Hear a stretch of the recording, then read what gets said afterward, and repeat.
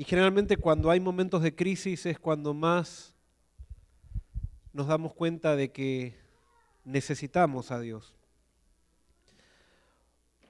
O quizás no es que nos damos cuenta que necesitamos a Dios, sino que nos damos cuenta de la realidad de esta vida y lo frágiles que somos.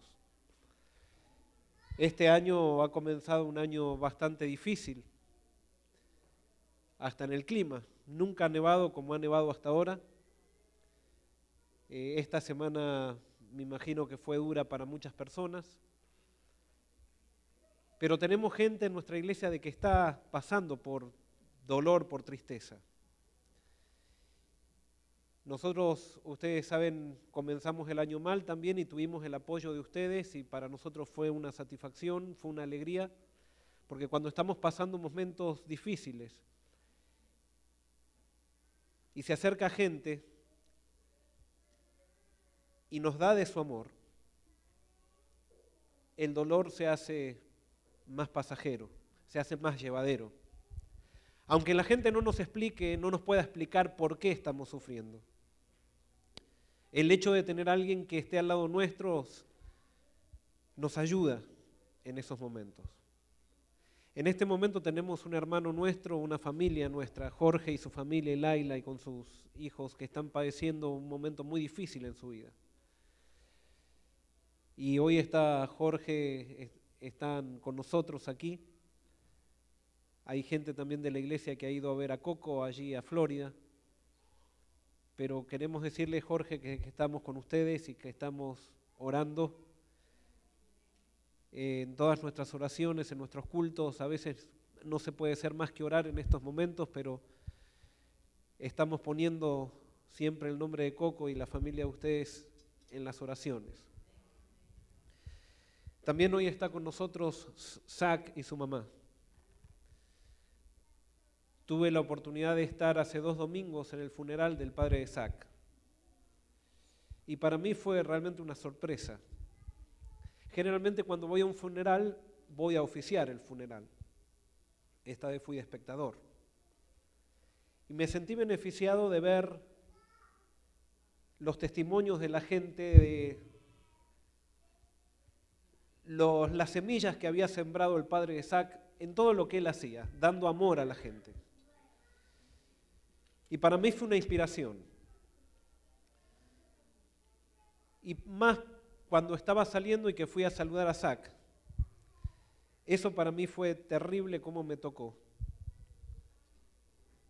Cuando lo estaba saludando a Zach, Zach me dice, Joel, ¿te acordás los grapefruits que había en la puerta de tu casa cuando tu esposa estaba enferma? Y le digo, sí, nos mandaron tantas cosas ustedes, pero alguien había dejado una bolsa con grapefruits en la puerta de nuestra casa, los cuales nos hicieron mucho bien. Isaac me dice, esa bolsa la dejé yo, pero no eran mis grapefruits. Mi papá se los mandó a ustedes cuando se enteró de que estaban enfermos. Yo no lo conocía al padre de Isaac. Pero después de lo que me dijo Zach allí, realmente lo conocí. Porque la Biblia dice, por sus frutos los conoceréis.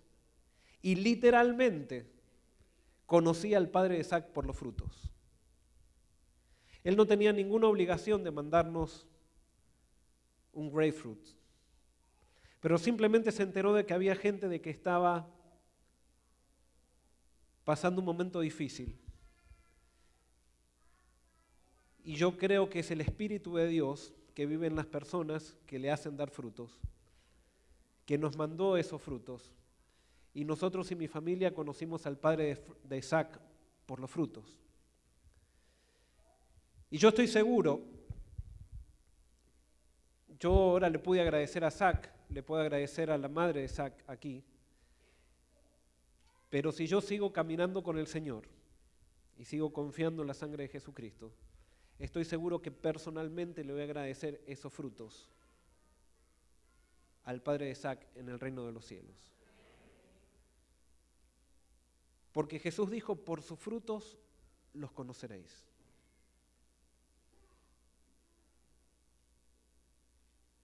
Cuando nosotros nos entregamos a Cristo, eso se manifiesta en hacer las obras de Cristo. No para que la gente nos alabe, sino simplemente porque amamos a la gente como Jesús la amó.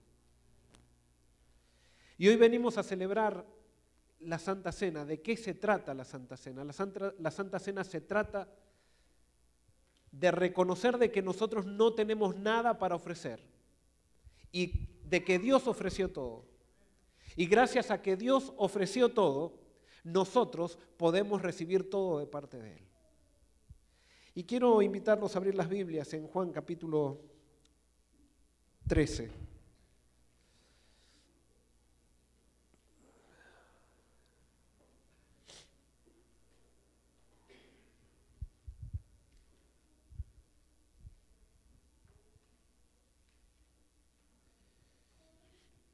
Versículos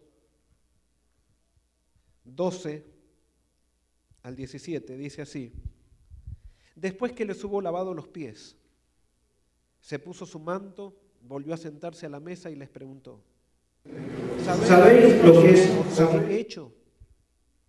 Vosotros me llamáis maestro y señor, y decís bien, porque lo soy. Pues si yo, el Señor y el Maestro, he lavado vuestros pies, vosotros también debéis lavar los pies los unos a los otros. Ejemplo os he dado, para que, como yo os he hecho, vosotros también hagáis. Os aseguro, el siervo no es mayor que su Señor, ni el enviado mayor que el que lo envió. Ahora que sabéis esto, seréis dichosos si lo hacéis. Cuando Jesús estaba diciendo que ellos tenían que hacer lo mismo que Él había hecho, ¿a qué se estaba refiriendo? Y ustedes saben cuál es el contexto. Iban a celebrar la Pascua Jesús y sus discípulos, y llegan, Jesús había mandado a preparar un aposento alto, pero se ve que cuando Él mandó a preparar el aposento alto, le dijo a la persona: no mandes al sirviente. Y cuando llegaron los discípulos allí, yo me imagino que ellos no habrán tenido demasiadas oportunidades de ir a un lugar así para celebrar la Pascua, por lo tanto se sentían privilegiados. Y ellos ahora esperaban, así como cuando tú vas al hotel, muchas veces esperas que la sirvienta o la mucama te haga la cama, o cuando sales del hotel y vuelves al cuarto, esperas que esté todo limpio. Ellos también decían: bueno, por fin ahora nosotros nos vamos a sentar y ya no vamos a ser los pescadores, ahora nosotros vamos a ser los importantes. Y se sentaron todos con los pies llenos de polvo y todos estaban esperando que llegue el sirviente. Pero el sirviente no llegaba. Y se empezaron a mirar los unos a los otros. Y como todos se miraban, Jesús estaba esperando especialmente ese momento. Jesús se levantó, dice la Biblia que sabiendo quién era, Jesús se levantó, tomó la toalla, tomó la tinaja con la fuente y comenzó a lavarle a cada uno de los discípulos los pies. Los discípulos se sorprendieron, porque si ellos eran discípulos y el maestro estaba haciendo eso, ¿qué era lo que tenían que hacer ellos? Jesús, cuando le dice: yo quiero que hagan lo mismo que yo, simplemente les estaba confirmando lo que ellos ya se imaginaban. Por eso cuando Jesús llega a Pedro y le dice: Pedro, déjate lavar, Pedro dice: tú no me lavarás, tú no me puedes lavar, tú eres el maestro, tú tienes que sentarte y tiene que venir otro sirviente, porque cuando tú te vayas, yo voy a ser el maestro y yo quiero que me laven a mí. Y es por eso que la persona de Jesús nos molesta tanto a todos. Porque ¿sabes qué? Dios no solamente te pide que aceptes a Jesús como tu Salvador, sino que quiere que lo aceptes como tu Señor. Y a todos nos gusta decir: Jesús perdona mis pecados, y Jesús está dispuesto a perdonar todos tus pecados. No necesitas hacer nada para que Jesús perdone tus pecados. Todos aceptamos a Jesús como Salvador. No tenemos problema con eso. Pero cuando llega el momento de aceptar a Jesús como mi Señor, ahí llega el problema. Porque aceptar a Jesús como mi Señor significa que yo debo dejar de hacer lo que a mí me parece y tengo que empezar a imitarlo a Él. Y lo que Él hace es totalmente diferente a lo que yo hago.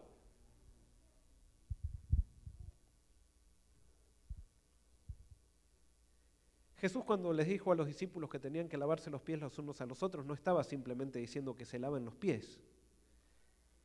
Lo que estaba diciendo Jesús era que no esperen que llegue un sirviente para que les lave los pies, nunca más. Ahora ellos tenían que ser los sirvientes. A los seres humanos nos encanta la jerarquía. Nos encanta que nos sirvan. Nos encanta llegar a puestos altos para que al fin puedo descansar y me pueden servir.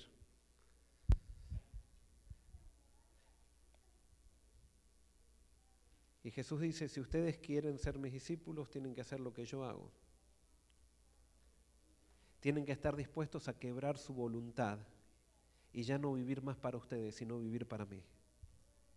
Y por eso la entrega a Jesús implica un quiebre de la voluntad. La entrega a Jesús implica aceptar su soberanía y dejar que Él pulverice mi orgullo. Ese es el problema que tú y yo tenemos. Orgullo. Hay personas, diferentes tipos de personas, y se puede manifestar el orgullo de diferentes maneras. Una manera de manifestar el orgullo es viniendo a la iglesia. Y hay muchas personas que vienen a la iglesia, se sientan acá en la iglesia y empiezan a hablar de los del mundo. Como si los del mundo fueran peores y nosotros que estamos en la iglesia somos mejores. Esa es una manera de manifestar el orgullo. Otra manera de manifestar el orgullo es no yendo a la iglesia y haciendo lo que se me antoja. Digo, si la iglesia está llena de hipócritas, yo no voy a la iglesia tampoco porque está llena de hipócritas. Y por lo tanto hago mi vida como yo quiero fuera de la iglesia. Esa es otra manera. El hecho de que haya hipócritas en la iglesia no justifica tu lejanía de Dios, porque Dios está en todos lados. Y alguien puede decir, bueno, por eso yo estoy con Dios, pero no voy a la iglesia. Ahora la pregunta es, si estás con Dios, ¿sigues el ejemplo de Jesús?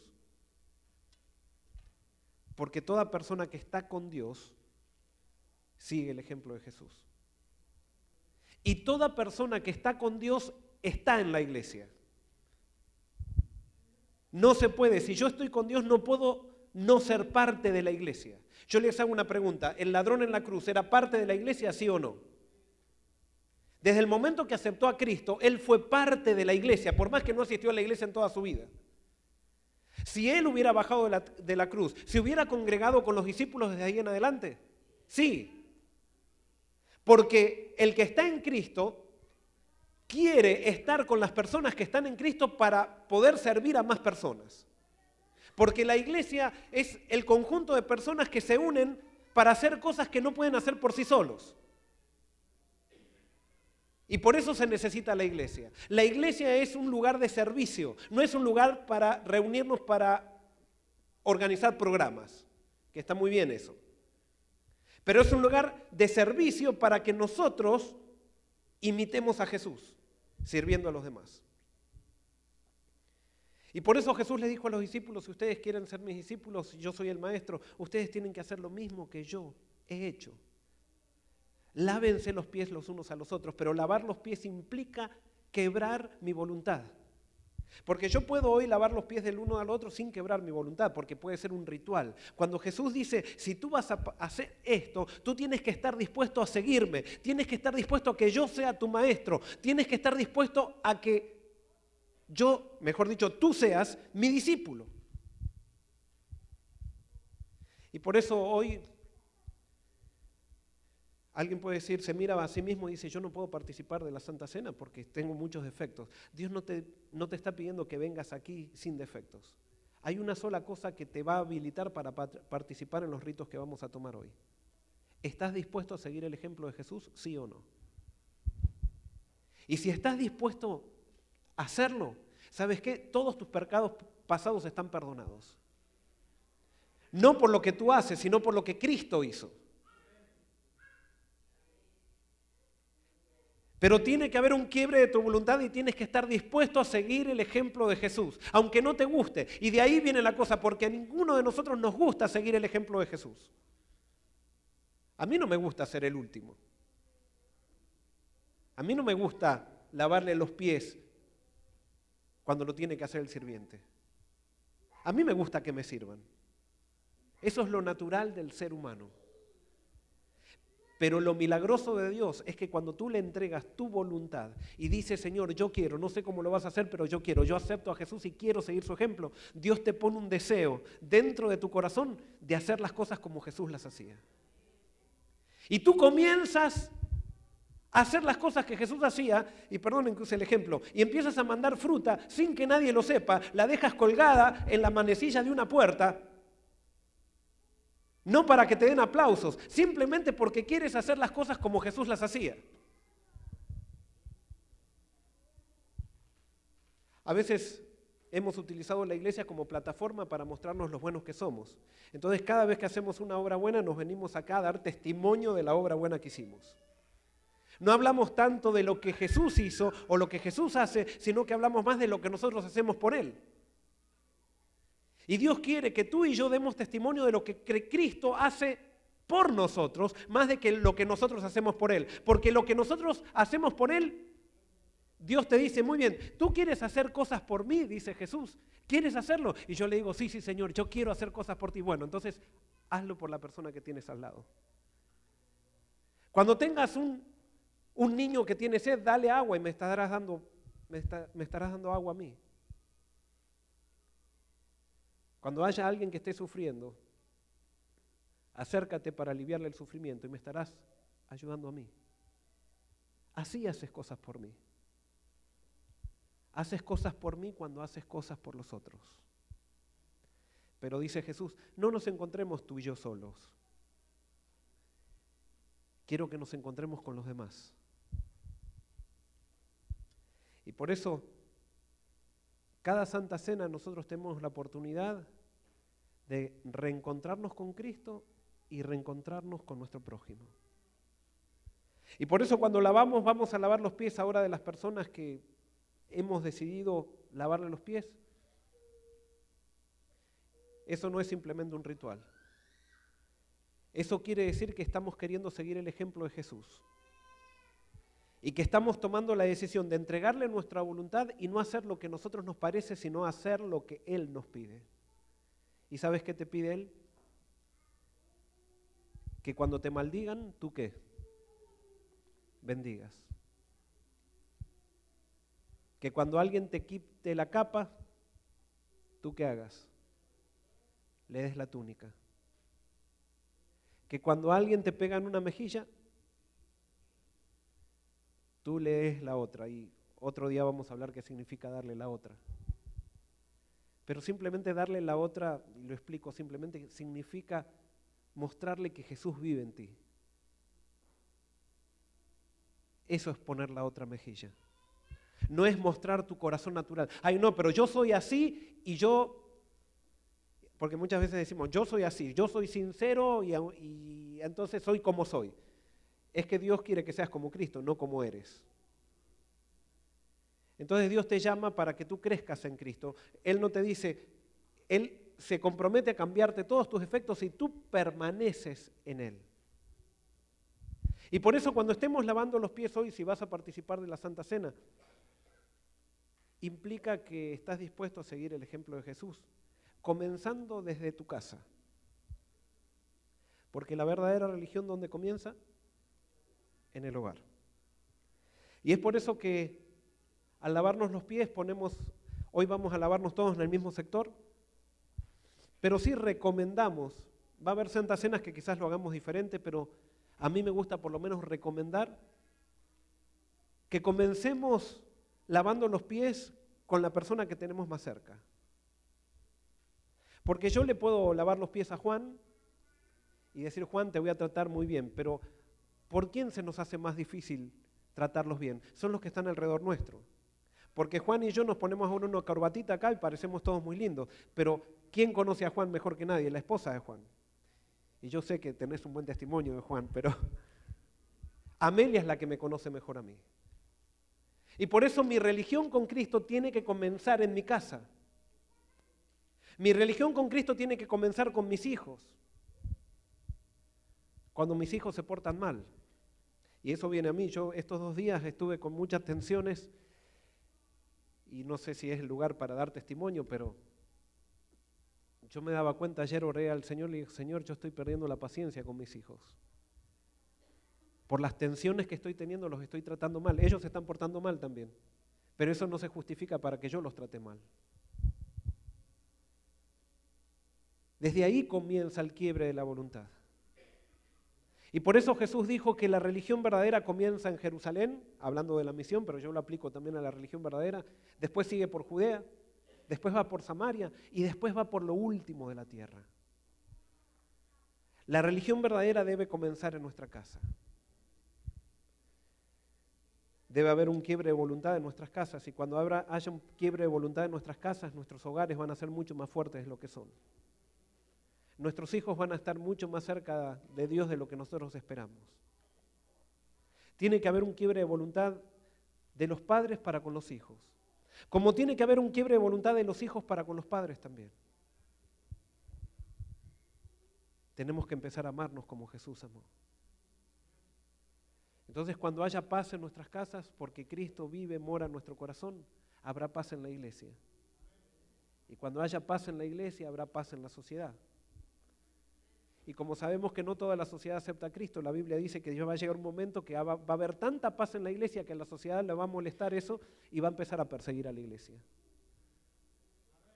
Pero cuando la sociedad persiga a la iglesia seguirá teniendo paz.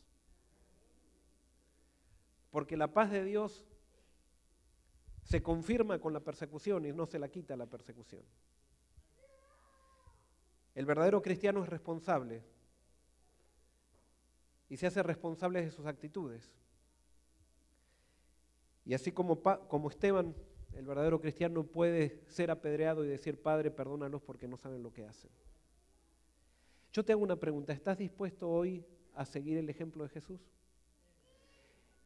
¿Estás dispuesto hoy a no solamente aceptar a Jesús como tu Salvador, que eso te asegura el perdón de los pecados, pero entonces entregarle tu voluntad para que Él sea tu Señor, porque esa es la evidencia entonces que lo aceptaste como Salvador? ¿Estás dispuesto o dispuesta? ¿O quieres seguir luchando contigo mismo, luchando con la sociedad, luchando con Dios?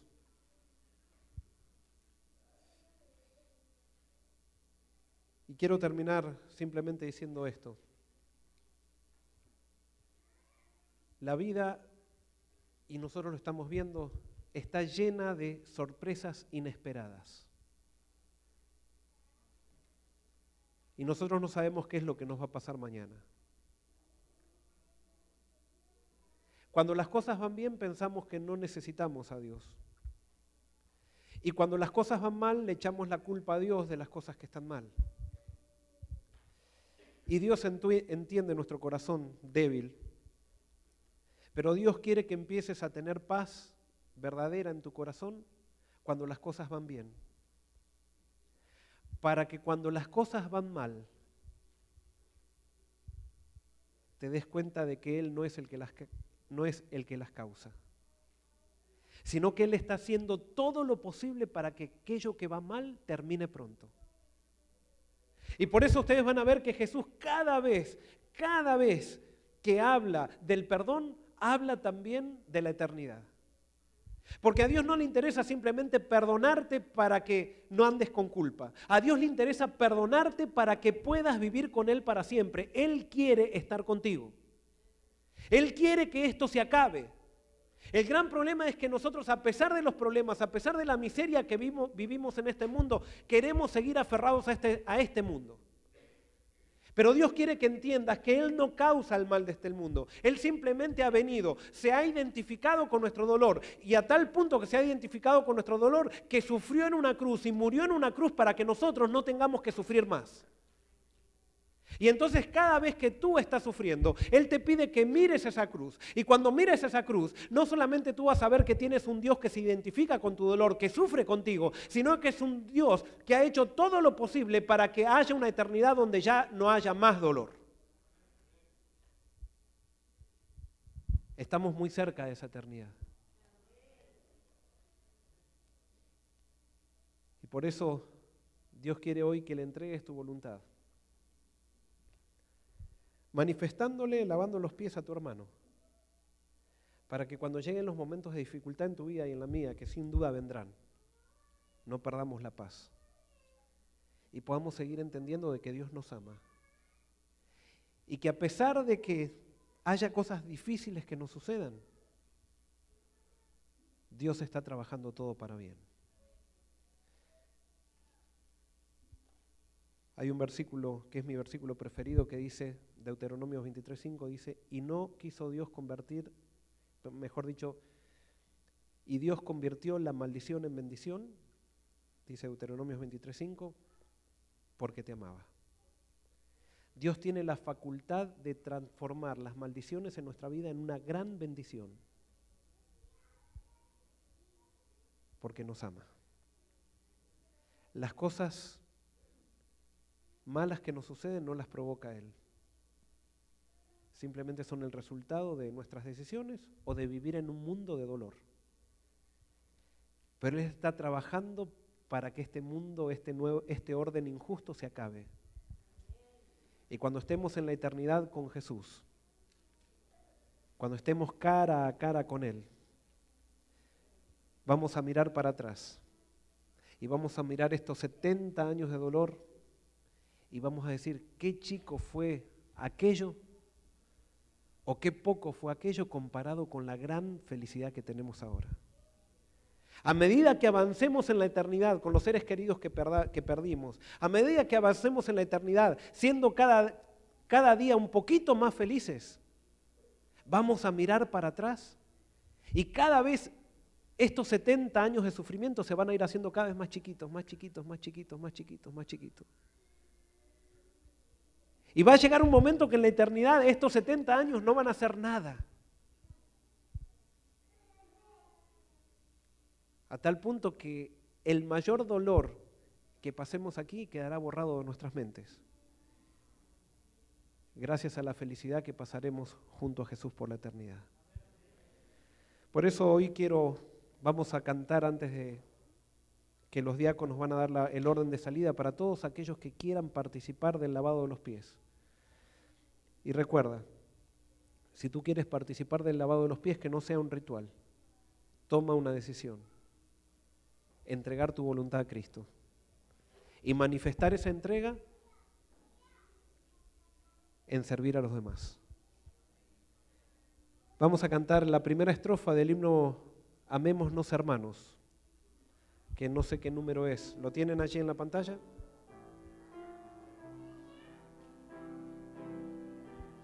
Vamos a ponernos de pie y entonces después vamos a pasar, los diáconos nos van a dar las indicaciones donde vamos a lavarnos prácticamente todos juntos, pero vamos a seguir las indicaciones de los diáconos.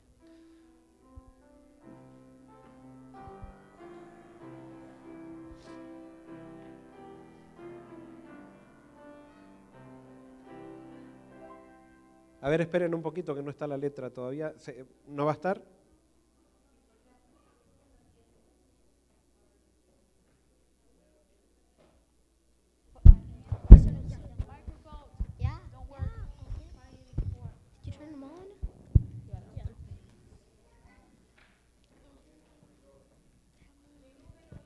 $584.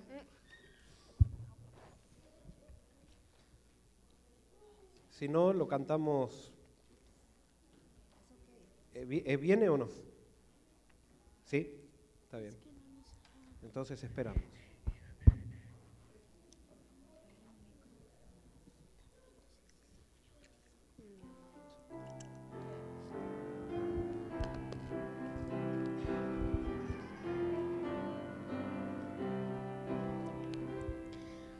Amémonos, hermanos.